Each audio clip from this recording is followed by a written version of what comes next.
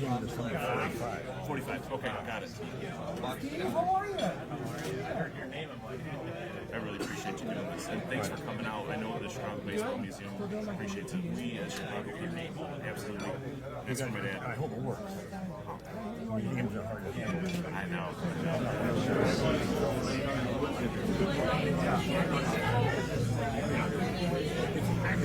Really?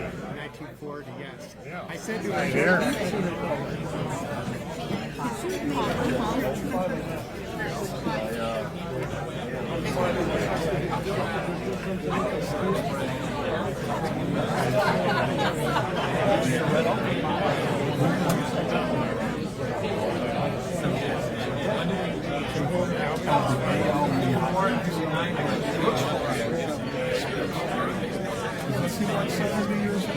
Really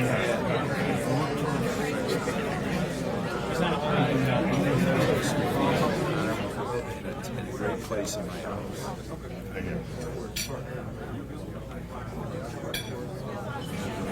Right. And this, I was telling my son I saw you score a pitch doubleheader.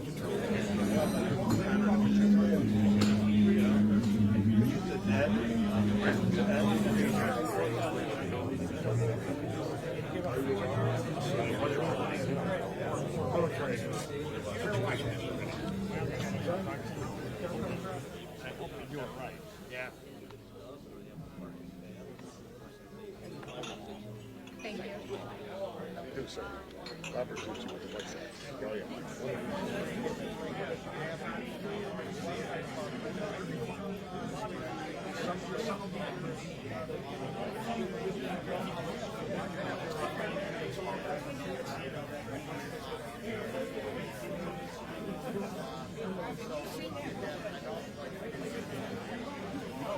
There's no better way than to have an event like this the day after the opener. So we're proud and privileged to have Bob Feller here, and very excited to hear what he has to say as we commemorate the 70th anniversary of his opening day no-hitter that he threw right here in Chicago at Old Comiskey Park back in 1940.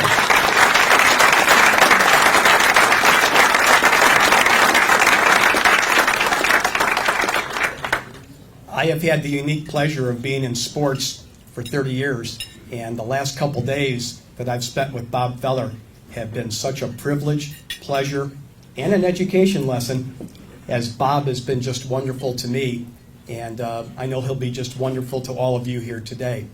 I'm Connie Kowal, and I'm Executive Director of the Chicago Baseball Museum and Jerome Holtzman Library, and we appreciate all of you and your support of the Chicago Baseball Museum as we are trying to get this off the ground and trying to have something that can be permanent in Chicago so that we can showcase and remember Chicago baseball history. And it's events like this that we're trying to be relevant so that we can gather support and gather people's backing of what is the vision and dream of Dr. David Fletcher. Now, before we get going here today, I've got some people I want to introduce, and then I'll let you know what the agenda is for today, and then have our special guest come forward. But some of the people I'd like to thank right off the bat, the gentleman in the back of the room, and if you can wave your hand, that is Grant DePorter, who runs Harry Carey's Restaurants. The legendary Grant DePorter, and I've known him for a long time, almost 25 years from my days with the Cubs. They make him no better than Grant DePorter, one of the best promoters, marketers, and you can see what he's done with the Harry Carey's Restaurant empire. Grant, thanks for having us here today. And if you haven't taken a look at what he's got downstairs in terms of all the memorabilia and collections, do yourself a favor. It's second to none. It's great. Grant, thanks again. And everyone with Harry Carey's for your efforts today. A couple other people I want to introduce. Former Yankee, Dodger, but White Sox star. How many World Series rings do you have, Moose? 9. 9 World Series rings. There's only one, Moose Skowron. Moose?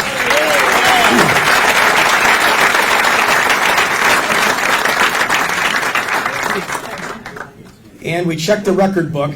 Bob asked me to check the record book. Actually, he didn't. I did it on my own. Moose faced Bob 3 times in his major league career. Struck me out twice. Exactly. I wanted you to say that. I wanted you to say that, Moose. Prior to the game, Hank Bauer says, Moose, that's all Bob Feller throws is fastball is fastball. I'm looking for a fastball and I'm getting breaking ball. Never forgot that. Moose Gracini is a dear friend, and thanks for coming today. I also like to introduce the executive producer of WGN TV Baseball that you see on Channel 9. He's a great guy and a good friend, and I just wanted to acknowledge him because he does such great work. Bob Vorwald.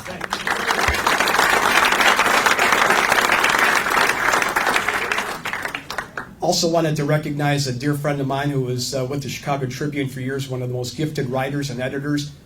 Where's Dan McGrath? Dan McGrath. Both Bob and Dan are great historians of baseball and are big supporters of the Baseball Museum. We thank you guys for being here today. Also wanted to introduce the board of directors for the Chicago Baseball Museum, many of whom are in attendance today. Will the board please stand, who've been so helpful? Brian's in the back, and Paul Donahue, and Paul Duffy, and Dan Volker, Alan Rugaway. This is the backbone of the ideas and how we're going to get to the next step. And so on behalf of myself and Dr. Fletcher, thank you to the board for everything you're doing. We appreciate it so much. You're great teammates. Also want to introduce, over at this table seated with Bob, the Cleveland TV broadcasters. And I'd like to have you give a round of applause to, it's STO TV, right? And we have Matt Underwood.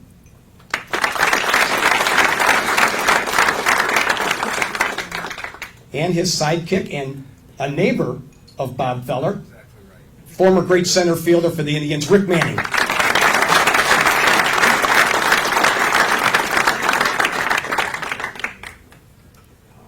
I also going to introduce my golf buddies, Paul Wheeler and Luke Lukens. I play golf with these guys every Sunday. Give a round to my golf buddies over here, Paul Wheeler and Luke Lukens. They know my handicap. And also the people who bought tables, Ed Kellums. Where's Ed? Where's Ed Kellums? In his table here. We also have Dan Volker, Paul Duffy from Freeborn Peters. Thank you so much for your support. And our dear friend Paul Strandquist with Midwest Orthopedics at Rush, who let us use the suite where Bob and his sister watched the game at the USL yesterday. Paul Strandquist and Midwest Orthopedics. Thank you.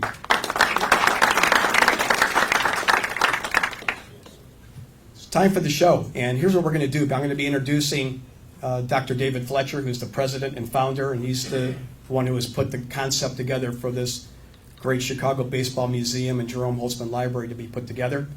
He'll introduce Mr. Feller, and then we'll have the great Bob Feller at the podium to share his recollections, which he remembers vividly, of that opening day no-hitter 70 years ago. We'll entertain questions from the audience. And we'll be doing so with myself, looking for people who want to ask questions, along with one other person I want to introduce.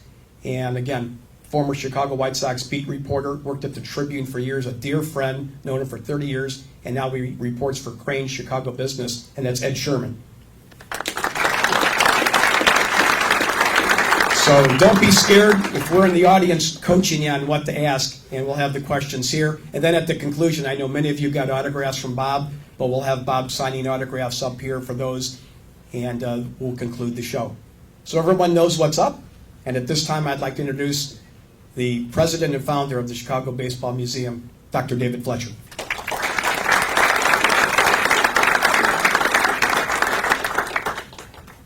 Thanks, Connie. We're glad all you could be here. This is, I think, a great day. It's kind of the last hot stove day. You know, the season started. This is a rain date that the team save in case the opening day game gets rained out. So it kind of keeps the baseball fever going today. And so it's really great to have all you out here. I want to thank Connie for believing in my vision. Also, a couple other people here. Michelle Benson from Momentum Communications. Melissa Dixon's here, volunteering as well, and wanted to thank those people for being here, part of this event. I'm delighted to come out here in the afternoon for this event. This is sort of epitomizes what I want to do with the Baseball Museum, is really capture that very special history of Chicago baseball, the past, present and future Chicago baseball, what it means, and putting together a 501c3 charitable organization is sometimes tough, but you have to have some vision and passion. We're looking for more people to join us, and we've been very fortunate that I was able to reach out to Bob, and he was honored to come to Chicago, even though he's an enemy pitcher, and to come here. But we really thought this was a very special event for Chicago baseball history. He knows a lot about museums. If you've not been out there, you need to go out to Van Meter, Iowa, and see his special museum, which has his whole career, and it has one of the most famous souvenirs, and Bob can probably talk about this, is you know that famous picture of Babe Ruth when he was his last appearance at Yankee Stadium. He's leaning on a bat. It was Bob's bat, and there's sort of interesting story Bob can tell about how he got the bat back. He had to pay some bucks for it. So anyway, his museum is a real special place, and I got to go out there with my dad a couple years ago, and my dad Archie's here, my stepmom Kathy. My dad and I went out there. My mom Dottie had died about 3 weeks beforehand, and she adored Bob Feller. And actually, I was born in Cleveland. For the first 7 years of my life, I lived in Cleveland, and in the 60s on, became a very fervent Chicago baseball fan. But the first name I ever heard in my life, baseball person, was Bob Feller. And my mom adored him. She got to meet him. He spoke at the Pitch and Hit Club in January 2008. She got to meet him and was mesmerized by his recall and how much Bob is part of the American culture and is an icon. And so I really encourage all of you to go out to Van Meter.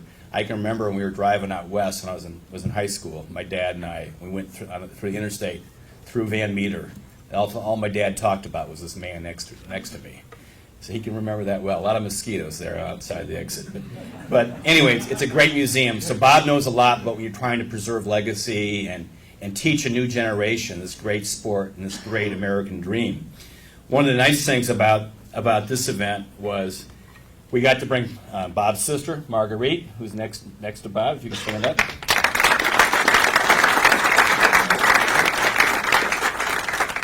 Like me, she's in the healthcare. She was a nurse. Actually, they had her quoted in the Chicago Sun-Times that yesterday when she was at the game, she was rooting for the White Sox. I don't know if that's an accurate quote or not. But anyway, we're glad to have Marguerite here. But one of the nice things about the connection with Bob Feller, besides the unique event we're celebrating today, he does have a big Chicago connection despite his years with the Indians. And I think that was one of the most things that's attracted me to following his career, besides my personal connection with my mother and father, was his Chicago connection is very unique. And a couple of things I think are very significant. And I thought yesterday's event at the ballpark was great. The first one was, I think he's most proud of his service to our country. And he gave up 4 years.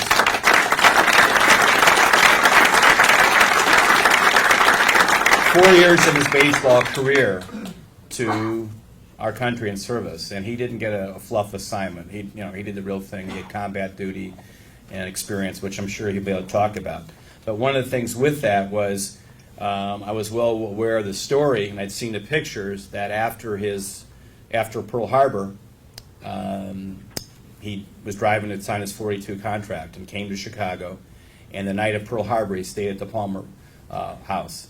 And so it was fitting, we thought, for him to stay at the Palmer House when he came to Chicago again for this special event.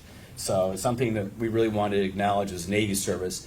And yesterday, if you saw, there's a great picture of Bob in the MLB website today with all the sailors. He signed probably about 40 or 50 autographs from sailors from Great Lakes.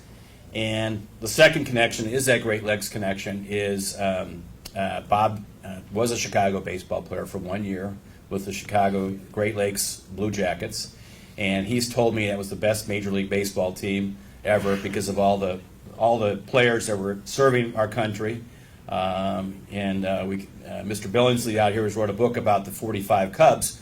That team beat the 45 Cubs, which lost to the Tigers in the World Series in 1945.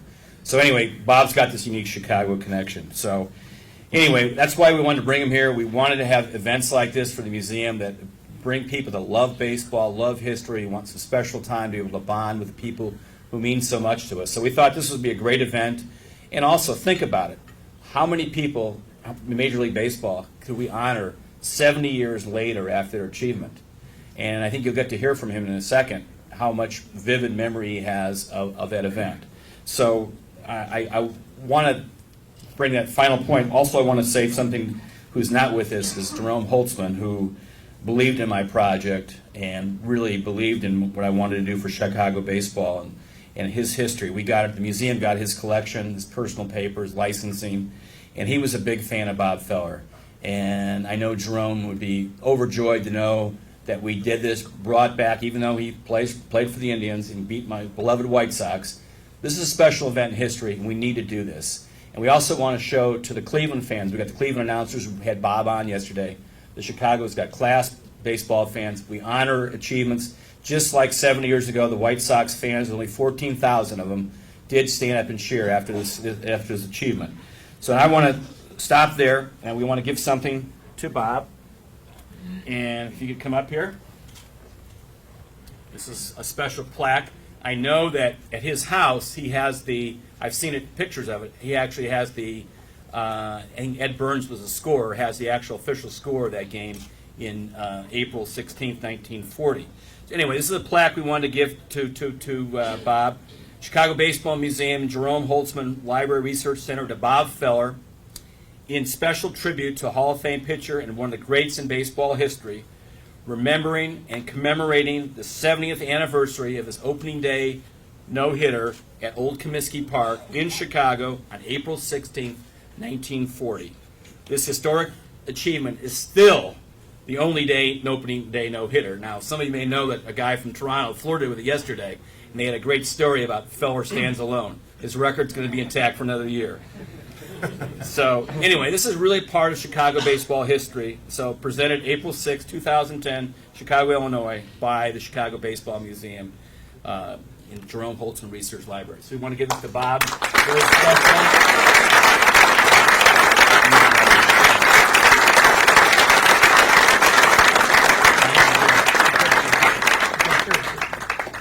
Bob wants a picture with me too, Bob. Come on, I know you want a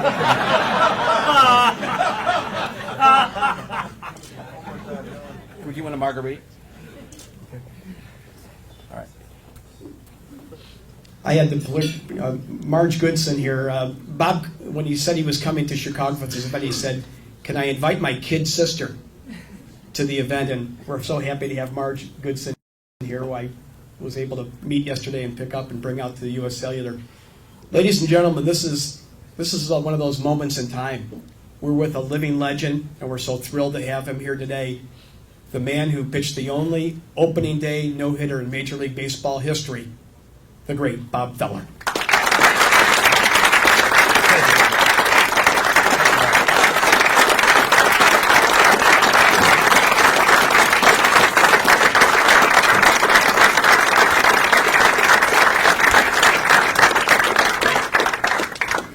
Thank you, Connie. Thank you, Dr. Fletcher.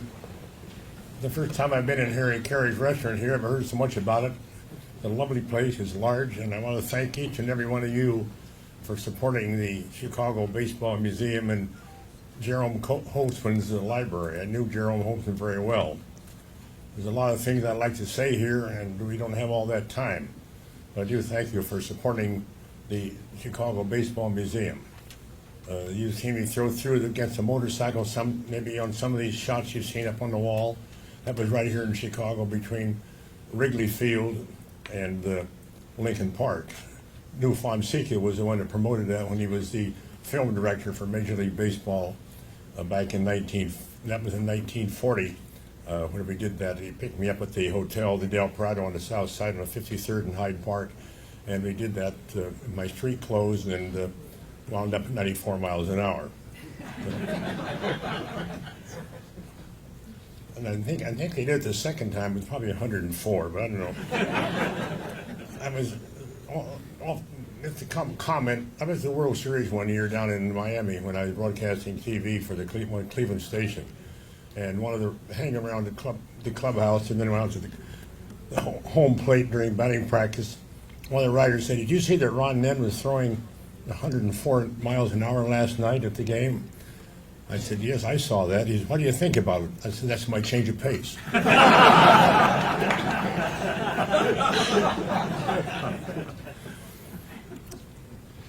But Chicago is a great city, great sports town. It's a great town. Jerry Reisendorf's a good friend of mine. He was sitting there with me, and he said, "You tell Marguerite." No, he said to Marguerite, "Anytime you want to come to a game, call me. I'll let you in free." And Marguerite and I were probably the only ones in that ballpark yesterday that saw the no-hitter 70 years ago. There's a lot of luck in life. If you pitch in baseball, if you pitch 9 innings in consecutive innings, you don't allow a hit, you got a no-hitter. And I was not pulling for that pitcher yesterday. Went into the 7th inning with a no-hitter. And in Cleveland, we opened up Progressive Field in 1994, when it was Jacob Stadium. Randy Johnson had a no-hitter going into the 8th inning, or was it the 9th? It was in the 8th, and Sandy Alomar, our first base coach, now got a single, and then we won the ball game 2-1. But there's a lot of luck in life, and if you duck all the hazards out there that you're going to meet, whether you're in the war or whether no matter where you are, you might live a while. And so far I've ducked most all of them. I never pitched a ball game in Wrigley Field except an old-timers game. And in 1947, I was pitching in Philadelphia on a Sunday and struck out 10 out of the first 11. And then I think I got 10 out of the first 12, and never threw a curveball. And I threw my first curveball, and I stepped on a pile of loose dirt, and I slipped and it tore up my shoulder. I was out for a couple of weeks. An All-Star game was coming up on Tuesday right here at Wrigley Field. I was going to start that ball game in 1947. So Joe Cronin, the manager of the American League All-Star team, I called him. I told him I couldn't make it. And he said, "Will you come anyway and get a nice trophy and have a little fun, sign a few autographs and smile?" And I said, "No, I've seen too many guys do that. They wouldn't play, but they just wanted to come for the trip." And he said, "Bob, who do you think I should get to take your place?" And I said, "Joe, that's your job, but I'm going to try to help you." I said, "There's a fellow named Spec Shea over there with the Yankees. He's a rookie, and he's a very good slider." And of course, Moose knew him, and so Spec Shea replaced me and came and pitched in that ball game, which the American League won. And who was the winning pitcher? Spec Shea. So I pitched a couple old-timers games out there at Wrigley, but I've been there many a time. Of course, I knew Gabby Hart and a lot of Reed Stevenson and Kai Kyler and Pat Malone and Charlie Grimm. Of course, we played the Cubbies up there at Great Lakes in 1945. We shut them out 1-0. Johnny Groth, who played with the Detroit and the St. Louis Browns, got a double, drove in the only run of the ball game. And we had a great team at Great Lakes. Paul Brown, I had a desk right alongside of Paul Brown, who was one of the best football coaches in history and a very good friend of mine. Raleigh Williams was the athletic director. I have great memories of Great Lakes. And I speak up there occasionally to the graduates. I'm all for a strong military. I won't elaborate on this too long, but I think that a strong military is very important to this nation. I was in a war that the last one we won that we know about.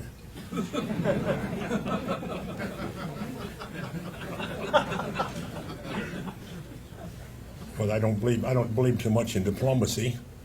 I think the only people in the world understand is who's got the most guns, and the men know how to use them best. The rest of it is not too important, and that's the way I feel about it. I was on the way to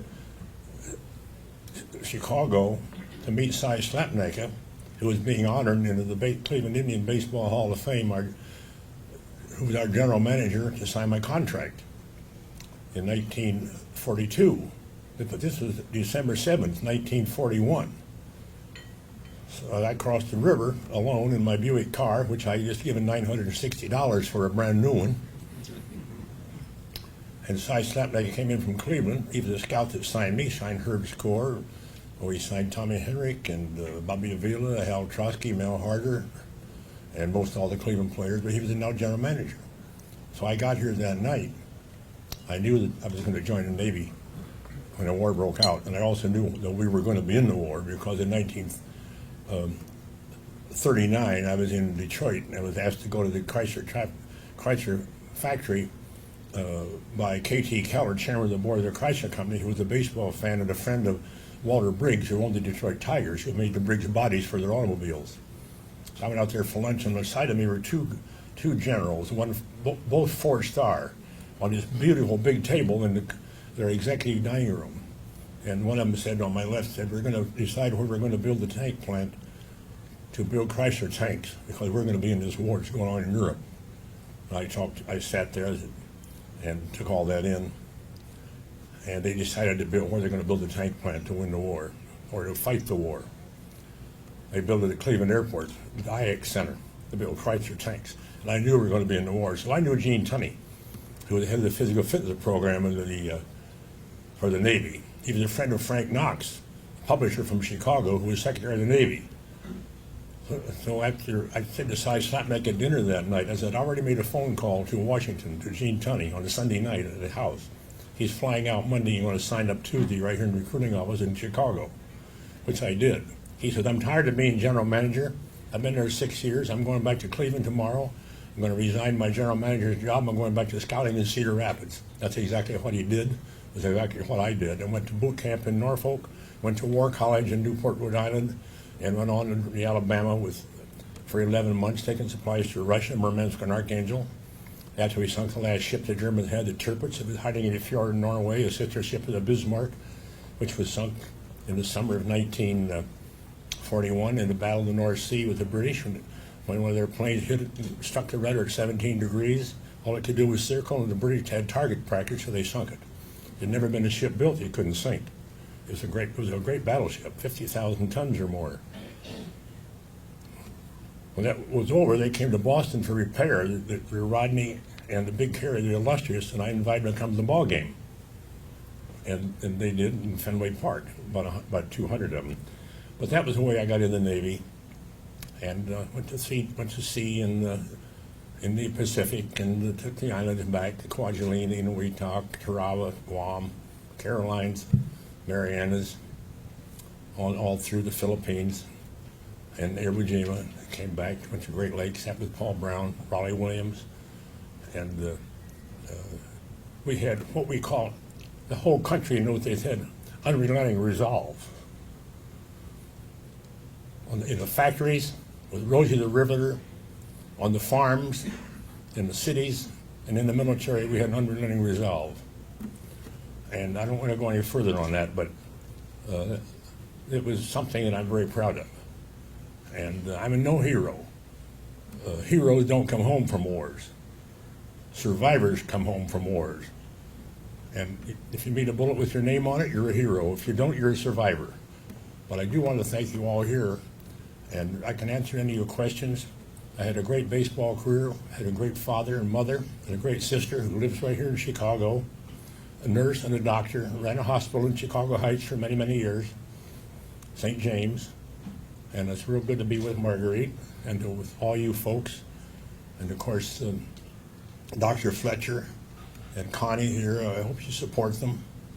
And stop by my museum on your Interstate 80 out there west of Des Moines, about 15 miles. I got the bat that Babe Ruth leaned on the 13th of July, 1948. And he died 2 months and 3 days later, and on the 16th of August.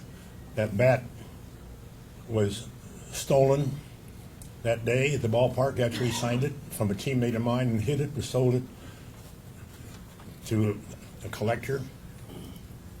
Upper Deck sold it for he bought it for $107,000 at auction. And it was won in a contest from a fellow over in Seattle, Washington. And I wanted that bat for my museum, and I gave him $95,000 for it, and it's in the museum today. It'll never leave. Also, a ball I got from Babe Ruth one time when my dad took me to the ball game. In Des Moines, Babe Ruth was with Lou Gehrig playing Larry Lewis and Bustin' Babes. They were selling baseballs for $5 a piece out of the bushel basket. Babe and Lou had signed them. The money from this $5 was going to go to Mercy Hospital where my mother took her nursing training.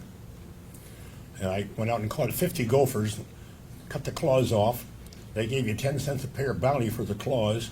My dad took me to the county treasurer's office. I was 9 years old. I got the $5 and bought the ball. It's in my museum now, too.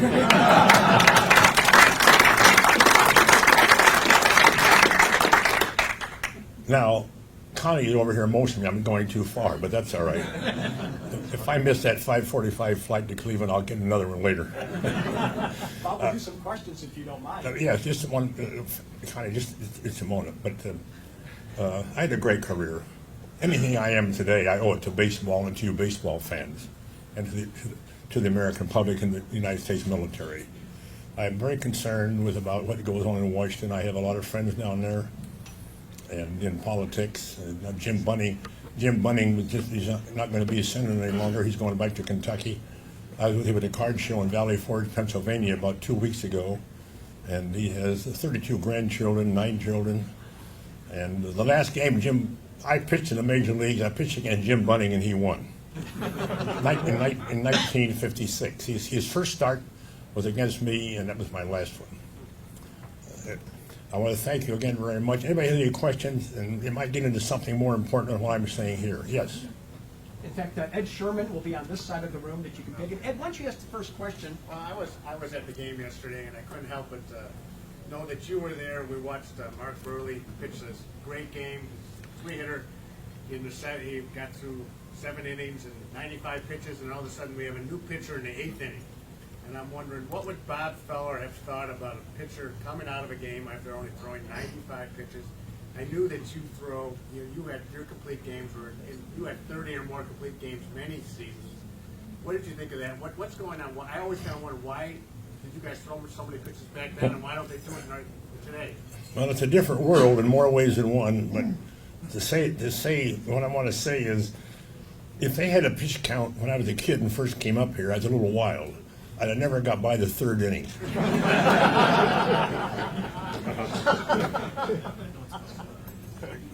Mr. Feller, I understand you were one of the first major leaguers to have an attendance clause in your contract. And I'm wondering if you could talk a little bit about that, whose idea it was, and whether or not it was a difficult thing to get past the Indians' brass, since it obviously can cause... I'll answer that for you. I don't believe in multiple year contracts. I believe in single contracts. My contract was based upon it's a motivating type of contract, kind of like you're a car in front of a donkey. And if I win 15 games, I get so much money. And after we draw 500,000 people at home, I got a nickel a head. And that was the way the ball club paid me, because they didn't want to sign a big contract. So I had a contract when Bill Veeck bought the team in 1946. I still had the same kind of contract. That was Cy Slapneck's idea. Cy Slapneck is one of the greatest scouts in baseball history, which we all know. He and the man that signed Mickey Mantle, I can't think the name at the moment, and they were written up in Newsweek magazine several years ago. But I believe in the motivating contract. I got $1 and so forth. All I want is opportunity. Our Constitution in this country, which is a very great document, in my opinion, gives us doesn't give you any guarantee of happiness. It guarantees the opportunity. All I wanted was opportunity, to see what I could do. And I had a 1-year contract for many, many years. And then after I was drawing people, then of course I didn't have that kind of a contract anymore after Bill Veeck was there a couple of years, and Bill sold the team and went on down to St. Louis, where he had Eddie Goodell. Yes. Also, the records indicate that Joe DiMaggio hit 11 home runs off you during your career, which was more than any other American League batter, and that Ted Williams was second with 10 homers off you. As you think back, who would you rather face, and who was the tougher out, Williams or DiMaggio? DiMaggio was tougher for me, and I'll tell you why. Joe could not move out of the way of a ball. he had a big wide stance, and he liked the ball out away from him. So I didn't want to hit him.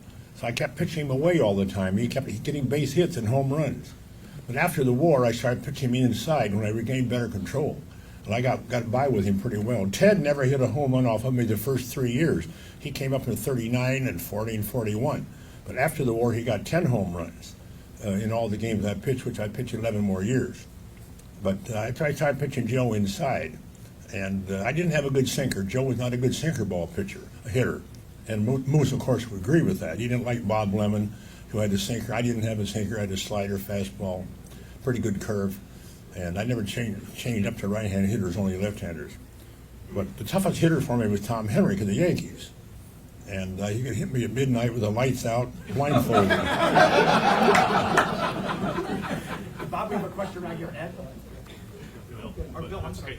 I know you had a couple of no-hitters during your career. Did you have any superstitions during those games as you got closer to that magic moment? I never thought about a no-hitter until you get 2 men out in the 8th.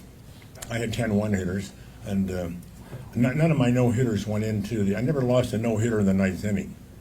And I know when one in Yankee Stadium was my best one, and in 1946, and April 30th, which was also my best year, where I pitched 36 complete games.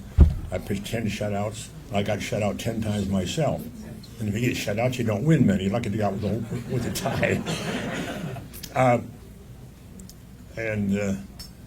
46 was my best year. And then I won the All-Star game in Fenway Park. We beat the National League 12-0.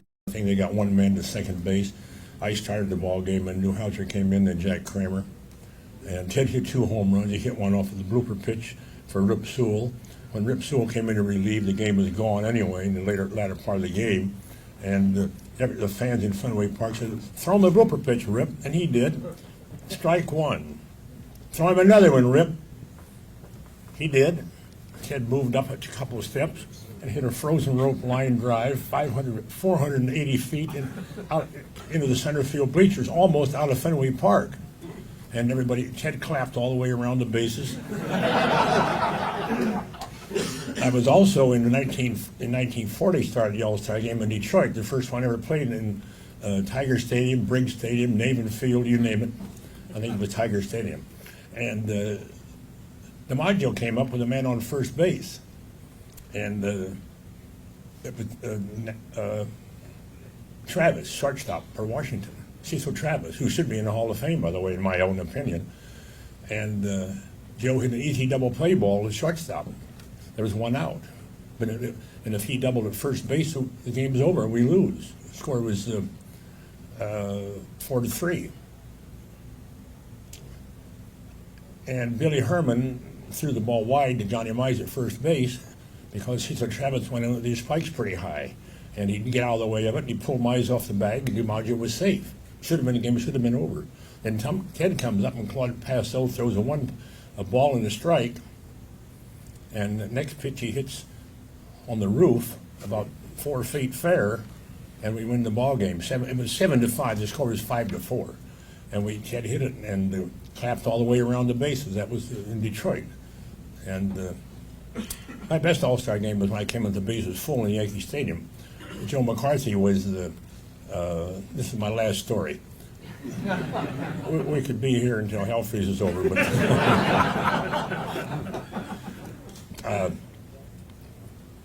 my best All-Star game was Joe McCarthy was the manager of the American League team.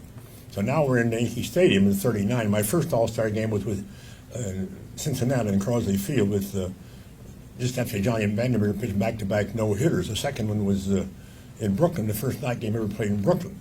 And he was a hero. He pitched to 9 hitters and got them out. We lost the game in Cincinnati at Crosley Field.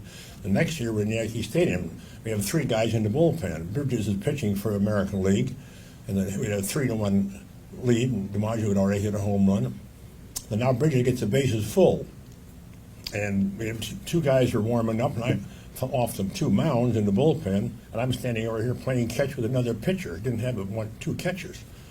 So McCarthy comes out, holds the game up, and waves to the bullpen. That guy on the far left heads for the mound. McCarthy waves him back. The other guy starts in. McCarthy waves him back. There's one guy left. It was me.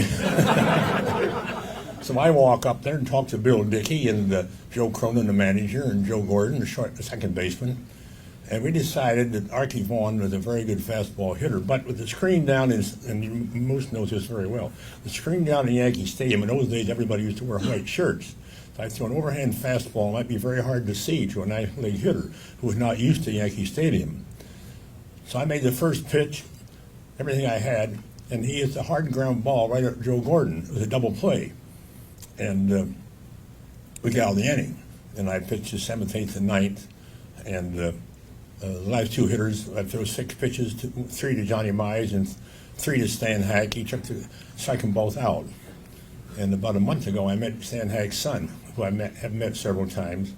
And of course, Stan Hack was the third baseman for the Cubs. But those were great days, and baseball is a great game. It's a slow game, and it takes probably more ability to play baseball than most any other sport. I played a little basketball. I was a very good free throw shooter, but nobody ever fouled me. Mr. Feller, when I was a boy, the first ball player I ever heard about from my dad, who was a Cub fan, was Bob Feller. He related to me that in the 1948 World Series, you and Lou Boudreau had worked a pickoff play to perfection on Phil Macy, and that you had him, but the umpire called him safe. But Phil Macy would not say until that umpire's death years later that the umpire blew it. It sounded like a great bit of class at that time. I'll tell you the whole story. You're absolutely right. Boudreau and I had a great play. So Macy, I made a mistake. I walked the first hitter in the inning, in the nothing ball game against Johnny Saint, 8th inning, which is death in case you walk the leadoff man in a nothing ball game. So now Macy runs for Salkeld. Macy was a good base runner. They bunt him over. Boudreau comes in. I'm going to tell you the whole story. Boudreau comes in, and Eddie Stanky comes up. And he says, I hate that little son of a bitch. Don't pitch to him.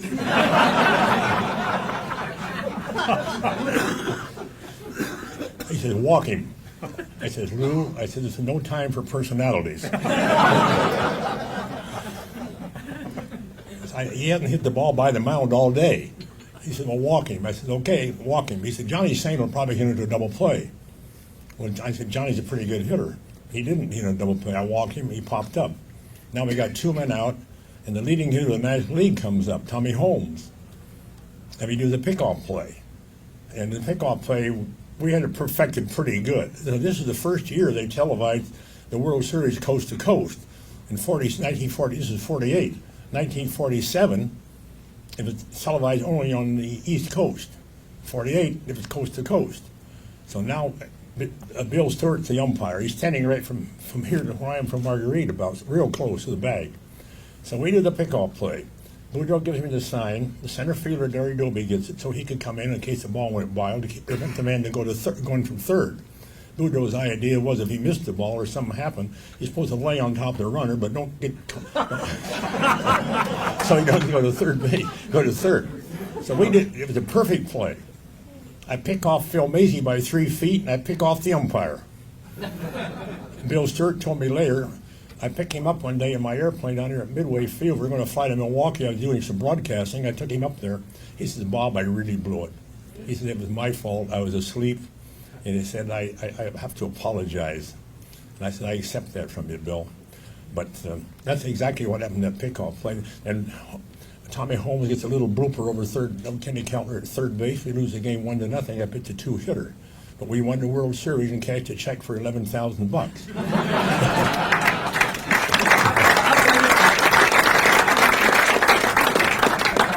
Bob, can you take us back 70 years? Old Comiskey Park, opening day. What are your recollections of the no-hitter? I had pitched in a few innings either Saturday, I guess it was, over in Cleveland, allowed 10 runs and 15 hits against the New York Giants, an exhibition game before coming here to start it. And I hit a bad spring. All the writers were saying, Feller, going to have a bad year. He can't get anybody out all spring, and which I didn't. But I knew that wasn't true. So Marguerite, my dad and mother, came to the ball game. We were staying at the Congress Hotel where Al Capone used to have his offices, which was very nice. On the 3rd floor, by the way. And it's cold and windy, Norway gray day, coming off the lake. Raleigh Hemsley was my catcher. My roommate Jeff Heath was there in the 4th inning at a pitching against Edgar Smith, who was a very good pitcher, a little older than I. And Edgar not living anymore, of course. And in the 2nd inning, I had the bases full and struck out Bob Kennedy on a 3-2 count. And Raleigh Hemsley was a good catcher, a good hitter. So in the 4th inning, Jeff Heath, my roomie, got a single. Then Raleigh hit one up the alley to right center. He was a good hitter. He's a high ball hitter. And it was a triple. We got the 1 run. And going into the 9th inning, the first 2 fellows I get up, Julius Salters and I don't know who else. Appling comes up. Old aches and pains. You never want to ask Luke Appling how he felt because he might take an hour to tell you. But he was a good friend and a great shortstop. He kept fouling off pitches. Then I threw, count was 2-2. I walked him purposely. But nobody knew about me, not even my catcher. I just threw 2 fastballs a little outside. And Taft Wright comes up and hits and he was a tough hitter for me. A little round man. He was a terrible fielder. He couldn't throw from here to the next bar. And but he was a very good hitter, and he's very tough for me. One of the toughest hitters I ever pitched to.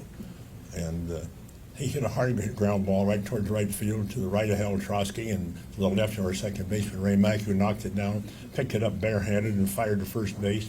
He was out by about a half a step. It wasn't quite bang bang, but it was very close. And I say. You got to be lucky to pitch a no-hitter. My best no-hitter was in Yankee Stadium. I had the best stuff in 1946. I had very good stuff that day. And I remember that day I got a man on first base on an error by the first baseman, the first man in the 9th inning. And Tommy Henry bunted, thank God, sacrificed. And then DiMaggio comes up and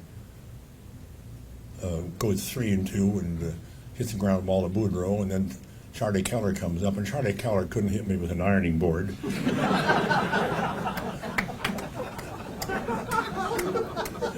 And he couldn't hit my curveball, so I threw a fastball the way he swung at it. He couldn't even reach it with a fishing pole. But and I threw that big overhand epileptic snake called a curveball, and he grounded out to second base to Ray Mack. But all in all, ladies and gentlemen, I want to thank you all very much. Please support this baseball museum. Jerry Holtzman is a great friend of mine. Dr. Fletcher doing a great job. It's not easy to run a museum. My museum out in the Van Meter, right off of Interstate 80, which is a mile off of I-80, about 15 miles west of Des Moines. The big signs are up on the highway. It's doing very well. Once you get that museum started, Doctor, that's when the work begins. And thank you very much. And I love Chicago. I lived in Waukegan for a couple of years when I managed a Great Lakes team up here after the war. We had the best team in the United States up there that year. We lost 1 game. We played all the Major League Cubs. We lost 1 game to Philadelphia. Of course, everybody beats the Cubs, which we did too. Good afternoon. Last July, the MLB and the ALS Association commemorated the 70th anniversary of Lou Gehrig's Luckiest Man speech on July 4th across the nation in every ballpark. Today, we're celebrating the 70th anniversary of Bob Feller's opening day no-hitter. 2 events I think that are forever entrenched in the minds of baseball fans everywhere. Therefore, in honor of Lou Gehrig and in honor of Bob Feller's 70th anniversary, we donated this photograph of Lou Gehrig and Joe DiMaggio in the bullpen during DiMaggio's rookie year in support of the Baseball Museum. And that's our first prize for today. So we're going to have Bob draw a name now. Okay.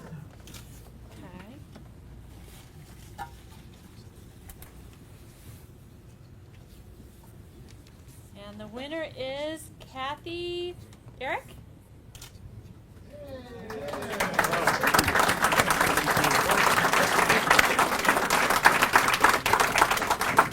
And we have one other prize, which is the Bob Feller story, which has been playing up on the TV screens during the program. There you go, Kathy. That's great. Thank you very much. Do I get to shake his hand? Yes. Thank you. Great to meet you. Thanks so much. Great talk, too. This will be it. Yep, that's good. Okay. And the winner is James Breslin. Is James here?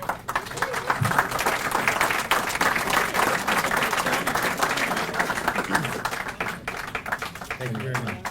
I need to get out a picture. Enjoy it. Enjoy it. Thank you. Thank you. James, I have a picture. And thank you all. One extra thing, Dr. Fletcher would like to make another comment about a special guest here, Bill Kellums, and his family, real quick.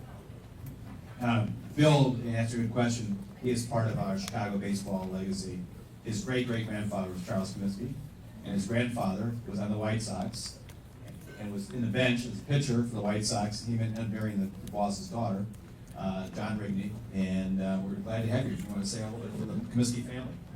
I know one of the things that my grandfather used to tell me about was when they played on the Great Lakes team during the war. He knew Bob Feller very well and always spoke very highly of him. And I know from the perspective of third generation White Sox, it's very important that we keep this legacy of baseball at the top of our minds, and the Chicago Baseball Museum is really doing that. So on behalf of that museum as well as the city of Chicago and everybody else, I would ask for your help to let's get a building, let's build a building, and let's keep this legacy of baseball going in Chicago for both the Chicago White Sox and the Cubs. So thanks very much.